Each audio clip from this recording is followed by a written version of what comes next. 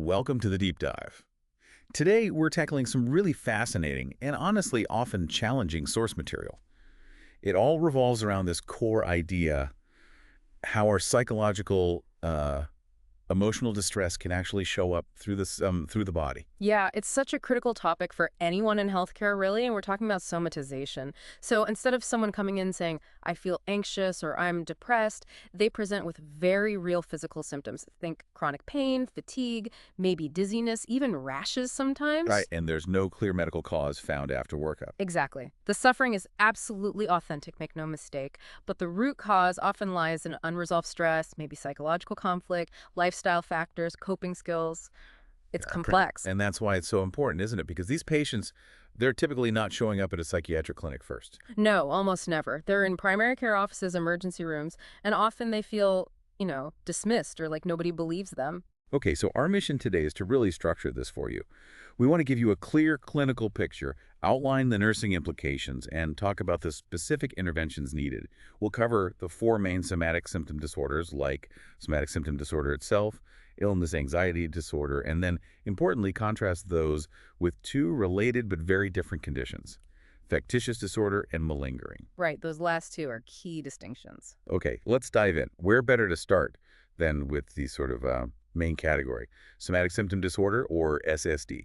Perfect place to start. SSD is really characterized by this intense focus on physical symptoms. Could be pain, could be fatigue, shortness of breath to the point where it causes excessive concern, preoccupation, even fear. And the crucial part, clinically speaking now, is that this suffering has to lead to real functional impairment, right? It disrupts their life. Absolutely. Their whole life can start to revolve around these symptoms, these bodily complaints. It's all consuming. And this is where, historically, a lot of the old hypochondriasis diagnoses ended up. That's right. About 75% of people who might have been diagnosed with hypochondriasis in the past would likely meet criteria for SSD now. But the emphasis is slightly different. How so? Well, with SSD, the distress is really focused on the actual symptoms they're experiencing, the headache, the back pain, whatever it is. The person genuinely believes that physical symptom is the core problem and is maybe very dangerous, So their quality of life tanks. severely impaired, yeah. They see these symptoms as unduly threatening, harmful, even when all the medical tests come back negative. And it's also important to remember these disorders rarely travel alone. Anxiety, major depression, very common comorbidities. Okay, now this is where I found the source material really interesting, the risk factors. Yeah. Biologically, there's a link to an inherited personality trait. Yes, negative affectivity, you might know it more commonly as neuroticism. It seems to be a significant risk factor. But there's a cognitive piece, too, about how people view themselves. A really powerful one. Limited self-compassion. This is the ability to be kind, to be understanding towards yourself, especially when you're facing difficulties or perceived shortcomings. Okay. People who tend to somaticize often score lower on measures of self-compassion. There are tools like the Self-Compassion Scale Box 17.1 in the source for those following along that look at things like self-kindness versus self-judgment or feeling connected versus isolated when suffering. Low self-compassion seems to increase vulnerability. So if someone is really harsh on themselves, that connects to how they experience physical symptoms. That's fascinating. So what does this mean for nursing, especially, say, in a busy primary care clinic? How do you approach this? It really shapes the whole strategy. Building a strong therapeutic relationship is foundational. You need consistent reassurance. But here's the key insight, and it feels a bit counterintuitive at first. Initially, you must focus on the patient's current bodily symptoms. Validate their experience first. Exactly. Respect their authentic pain. Then gradually you can try to shift the focus towards psychosocial issues, coping strategies. The long-term goal, whether through therapy like CBT or sometimes medication, is really about boosting that self-compassion and helping them develop more of an internal locus of control. That makes sense. Build trust around the physical before exploring the psychological. Okay, that lays a good groundwork. Now, let's contrast SSD with illness anxiety disorder, IAD. This is where the other 25% of those former hypochondriasis cases tend to fall. That's the estimate, yes. And the clinical difference is absolutely vital to grasp. With IAD, the extreme worry isn't primarily about the symptoms themselves. In fact, the physical symptoms might be very mild or even completely absent. Huh? Okay. The worry, the intense fear, is about the possibility of having a serious, often life-threatening disease. It's the idea of being sick that dominates their thoughts and behavior, not necessarily the physical feeling itself. And how they act on that fear can look quite different, can't it? The sources mentioned two types. Precisely. You've got the care-seeking type. These individuals are constantly making medical appointments, maybe seeing multiple doctors, pushing for tests, investigations. These a lot of healthcare resources. Significantly more. The sources cited figures like 41% to 78% higher healthcare use compared to patients with well-defined medical conditions. It's a huge burden on the system and the individual. And the other type? That's the care avoidant type. They actually avoid doctors in healthcare settings, sometimes completely. The fear is that any visit will just confirm their worst nightmare, the disease they dread. So they stay away. Wow, two very different behavioral responses to the same underlying fear. Now, another factor that really jumped out from the sources regarding IAD risk was loneliness. Yes, a huge factor. Loneliness, or what we call perceived social isolation, seems to trigger a kind of maladaptive threat response in the body. It puts the nervous system on high alert, which then amplifies health fears and anxieties. There are even scales to measure this. Right, like the UCLA loneliness scale mentioned in box 17.2. And the research linking loneliness to poor health outcomes is, well, it's quite dramatic. One comparison often cited is that chronic loneliness can be as detrimental to health as smoking 15 cigarettes a day. 15 cigarettes a day. Yeah. That really puts the mind-body connection into perspective, doesn't it? It absolutely does. It shows how potent these psychosocial factors are. So for a nurse working with an IAD patient, where the main driver is this intense fear and anxiety, maybe fueled by loneliness, how do you structure that interaction? It's a delicate balance. You absolutely need to allow some time to discuss their immediate illness concerns. You have to validate their fear. But then you need to consciously, gently limit that time And redirect. and redirect the conversation towards other areas of their life, coping strategies, and crucially, encourage socialization. Actively address that loneliness risk factor, and always, always reinforce that psychiatric support is meant to supplement their medical care, not replace it. They still need their primary care physician. Okay, got it. Let's move to the third disorder, which often presents very dramatically. Conversion disorder, or CD. It's also called functional neurological disorder. Yes, this is where you see sudden neurological symptoms, things like paralysis, maybe blindness, seizures, a gait disturbance, loss of voice. But crucially, there's no underlying neurological disease or injury to explain it. So the body is converting stress into a physical symptom. That's the core idea stemming from psychoanalytic theory. The emotional conflict or stressor is somehow being transferred or converted into a physical, often symbolic symptom, like the example given is psychogenic deafness after overhearing something traumatic. And there's that classic sign providers sometimes look for, la belle indifference. Ah, yes, the grand indifference. It's fascinating, really. The patient might display this remarkable lack of emotional concern about what are often very dramatic, life-altering symptoms. Like casually discussing sudden blindness. Exactly. But, and this is critical, the absolute first step is always to rule out any organic cause. You have to do a thorough neurological workup. Of course. Are there biological theories too? There are. Some research suggests maybe abnormal patterns of cerebral activation. The idea is that maybe excess cortisol, the stress hormone, could somehow inhibit conscious awareness of bodily sensations, leading to these sensory or motor deficits. It's still being explored. So from a nursing standpoint, with these often quite theatrical symptoms, how do you handle that potential emotional transference piece without causing harm? Direct confrontation about the symptom's psychological origin is usually not helpful, often counterproductive. Right. The focus needs to be on building trust, exploring adaptive coping mechanisms, how else can they manage stress, and encouraging socialization and normal activities as much as possible. Treatment might involve specialized therapies like body-oriented psychological therapy, which helps integrate body awareness with psychological distress, or sometimes DBT, dialectical behavior therapy, especially for complex cases. Okay, now let's broaden the lens slightly to psychological factors affecting medical condition, or PFAMC. This seems really common. It is incredibly common. This isn't about stress creating a new disorder out of nowhere, like in conversion disorder. Here, existing psychological factors like major depression, stress, unhealthy behaviors directly increase the risk for or worsen an existing diagnosed medical condition. So the link between depression and heart disease, for example. That's a classic example. We know major depression is a significant risk factor for developing or worsening coronary heart disease.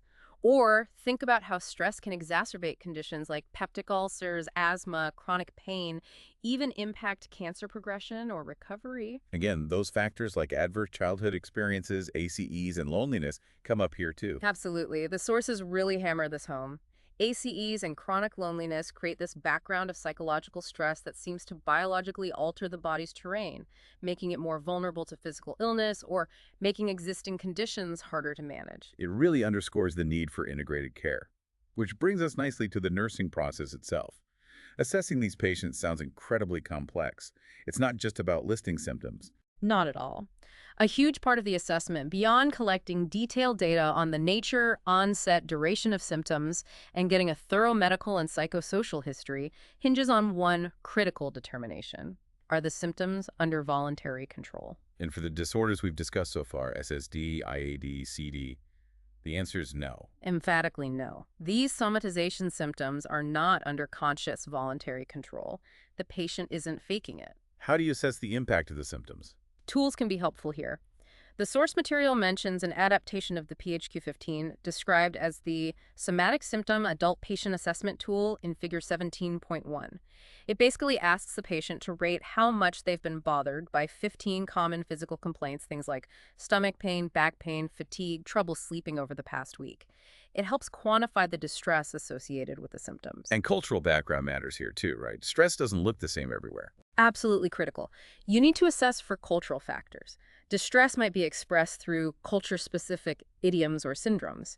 The example given is hwabyung in some Korean communities, where somatic and depressive symptoms are often linked to suppressed anger, described as a fire in the chest. So a holistic assessment includes ACEs, social support, and cultural context. Okay, so assessment is complex. Now, implementation. Yeah. We know these patients often doctor shop, which can be risky and expensive. What are the core principles for effective nursing care? You mentioned the therapeutic relationship. Paramount. Consistency is key. Because they may bounce between providers, having one consistent, trusting nursing relationship can make a huge difference. An integrated care model, where mental health and primary care work together, is really the ideal to combat that doctor shopping. And the source material lists 6 key elements for effective care. Yes, 6 core principles. Let me highlight a couple that are really practical. First, provide continuity of care. Frequent, brief, regular visits can be more effective than infrequent long ones. Second, and this is vital, always conduct a physical exam, or at least a brief physical assessment, during visits, even if you know the patient well and suspect somatization. Why is that so important? It provides validation. It shows you're taking their physical concerns seriously. It builds trust and provides reassurance. It also helps you monitor for any actual physical changes, of course. What else? Avoid certain comments. Definitely avoid disparaging comments like, "it's all in your head," that completely undermines trust. And, critically, set reasonable goals. The goal often isn't to eliminate the symptom entirely, especially if it's chronic pain. So shift the focus to function. Exactly. The goal becomes maintaining or improving function despite the symptoms. Help the patient focus on what they can do. This promotes that internal locus of control we talked about and reduces potential secondary gains from being in the sick role. Like encouraging the patient with arm paralysis to use their other arm for self-care. Perfect example. Focus on strengths, promote self-care, teach assertiveness, relaxation techniques. Case management can also be crucial here to coordinate care and limit unnecessary tests and costs. And that focus on thoughts and behaviors leads us back to CBT. Right. Cognitive behavioral therapy is really considered the most evidence-based approach, often used by advanced practice nurses. It helps patients identify and reframe those catastrophic thoughts about their health, challenge maladaptive beliefs, and break the cycle of symptom preoccupation and excessive health-seeking behaviors. Okay, now we absolutely have to draw a clear line. The conditions we've just covered are distinct from 2 others, where the key difference is conscious control. Yes, this distinction is fundamental for nursing assessment and management, especially recording safety.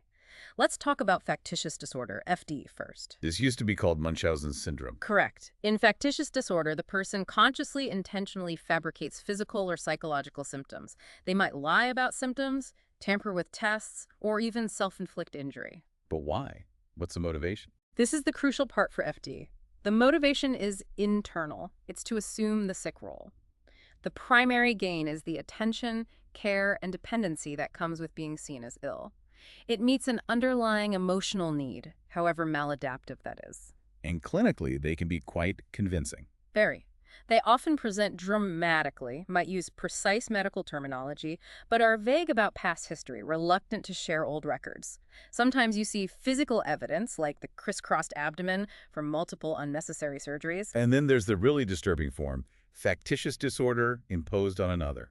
Yes, formerly Munchausen by proxy.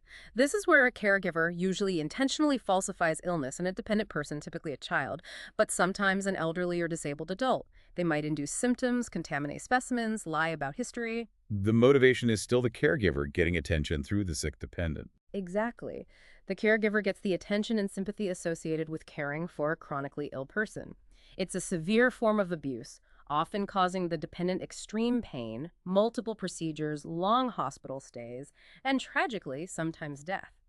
The D.D. Blanchard case is a well-known, horrific example. Just awful. Okay, Yeah. so how is that different from malingering? The person is also consciously faking.